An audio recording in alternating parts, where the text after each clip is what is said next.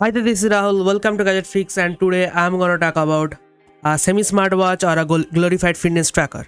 So it is from a brand called Amazfit, and as you can see, its name is Amazfit Bip U. And some of you might know that this is an old fitness tracker, or you can also say smartwatch. So this watch is kind of old. It was launched around 1 year back or 10 to 11 months back. So why I'm talking about a old watch, because I've been using this watch for last 10 months, and in this video I'm going to talk about how is the UI and what are the pros and cons, the build quality and the features that you get with this smartwatch. And we're going to also talk about the companion app that is called Zip, so that if you want gonna buy this watch or its successor or any kind of Beep series watch or a GTS series or a GTR series watch from Amazfit, you have an idea how these watches work. Or even you should even consider the watches or simply go for a better smartwatch like Galaxy Watch or Apple Watches, etc. So let's get started.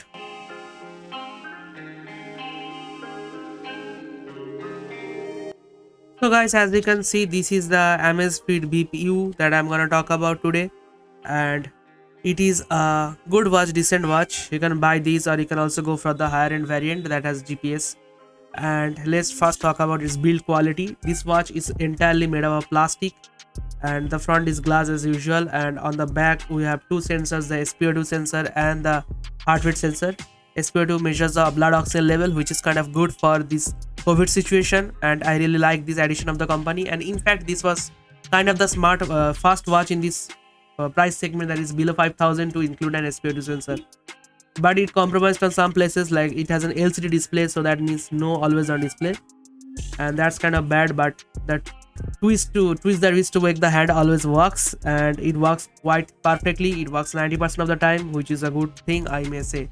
And in some of the older Mi bands, like till the Mi Band 4 or 5, you have to open the watch, the capsule from the band to just put it on charge. In this watch, that is not the case. You get two magnetic connector from the back that just gets connected, and you can charge this watch pretty quickly. And yeah, the battery life is kind of decent. It gives out 4 days of battery life to me, because I'm kind of a heavy user. I generally stress my watch a lot. I generally measure my heart rate every 1 minute, which is kind of really frequent. Generally people do it for what at about per 30 minutes, but I have set the watch so that it can measure my heart rate in every 1 minute. So that is kind of hectic. I have turned on all day stress monitoring. That means it can monitor my stress all day, and sometime in every day, about 1 or 2 times, I also check the blood oxygen level. And I have also turned on another feature called sleep breathing quality. That means it can just measure your quality of breathing during the sleep. It does that by using the SpO2 sensor while you are sleeping. So while I'm sleeping, the battery usage is even higher, because it is doing all the stuff together, like the heart rate monitoring, the stress monitoring, the sleep breathing quality, this kind of stuff. So yeah, that's kind of pretty much hectic for the watch. So it drains the battery really quickly. It generally lasts for 3 to 4 days for me, so that is decent for me. If you turn off some of the settings, it can go up to 7 to 8 days, as Amazfit claims. And talking about the watch band was at first a normal rubber watch band, but I really didn't like that one. The quality was good, but I was not fond of those rubber bands, so I just got and get this kind of a sports look. It is made of some kind of cloth material, and it's kind of comfortable in my hands, so I'm good with it. So now let's talk about the UI. It has a typical smart band UI, I would say, just made for kind of a wide watches. Like, it is not a proper smartwatch, it is a kind of a semi smartwatch. So yeah, it has some kind of features, like it has a proper notification side where you can check the notification, but you can't reply to them. You have a proper notification, or I can say quick setting toggles, where you can turn on the DND for the watch, or even you can set the brightness, but it doesn't have auto brightness. You have to do it manually. You can go to settings from there, and you can also set the alarm and this kind of stuff. But you can't receive calls. You can just do silent the call or end the call, that kind of thing. But you can customize some buttons by using some third-party apps, not the official app, but the third-party apps, to get some of those features back. And regarding watch face, it had around 100 watch faces, so watch face is not an issue. You can also put your photos in some of the watch faces. and you can also sideload some of them, but at a time you can only keep 3 to 4 watch faces in your watch. You have to interchange them, or you have to remove any of those and add another one from your mobile phone. So yeah, that's the thing. And you can use this watch all day and it will do the heart rate monitoring and this kind of stuff.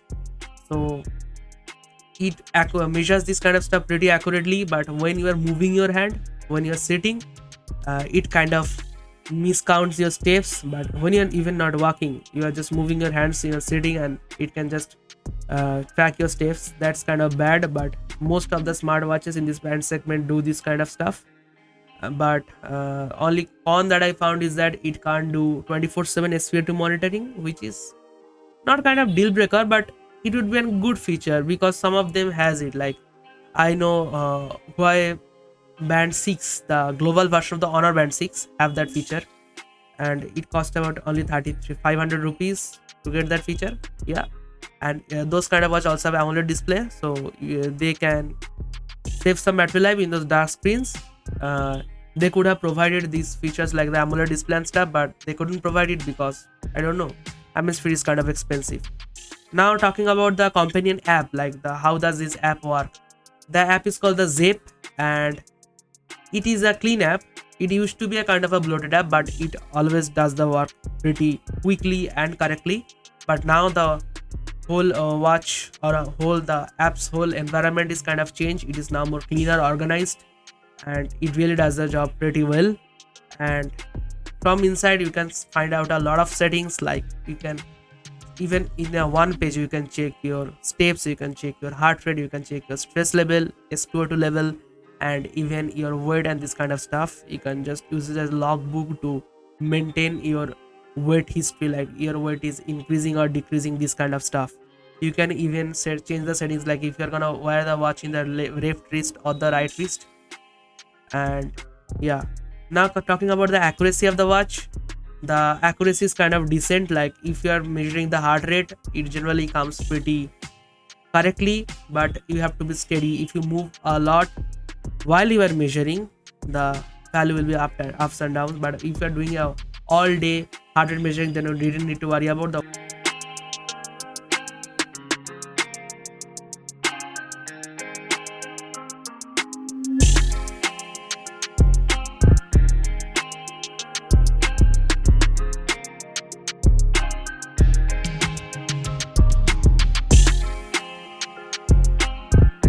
To wear the watch properly, it can give you a proper blood oxygen level, because it uses this kind of sensors to check inside your skin to check the blood oxygen level. So if you are moving a lot, it will not work properly. So that's the stuff. So you have to be steady while checking the SpO2 level. So what is my verdict about this watch? This watch cost about 4,000 rupees when I bought it, and I've been using it for 10 months. Now the price has decreased a bit. You might find it in Amazon for 3,500 rupees, and I would say that is a decent deal for this watch. If you like a watch form factor, go with this one. If you need AMOLED screen and thinner form factor, you can go with just Mi Band 6, which is a newer product and has all the same features, but as a band form factor, is a watch form factor. Or even if you need the same watch with some more features, like in this watch you can't track your steps without your phone because it doesn't have an inbuilt GPS. You need an inbuilt GPS. You can just go for this one's pro version that costs about 4,500 rupees right now, so it's also a decent deal. Or you can go even higher, like Amazfit GTS series, that will give you an AMOLED, bigger AMOLED display and always on display, this kind of stuff. Now hope you like the video. Like, share, subscribe. Hope to see in my next video. Signing off. Thank you. Bye bye now.